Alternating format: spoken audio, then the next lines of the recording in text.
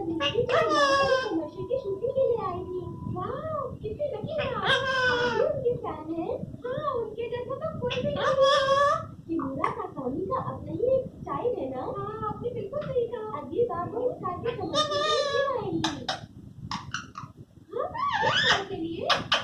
हाँ, इसी के लिए। अगर हमें गाड़ी खरीदेगी तो वो हमें किमोरा साकामी ग्रेट है। किमोरा साकामी तो सिर्फ मर्सिडीज ही चलाती है। ओह, ये बात है। आप अपनी कार को देखना चाहती हैं?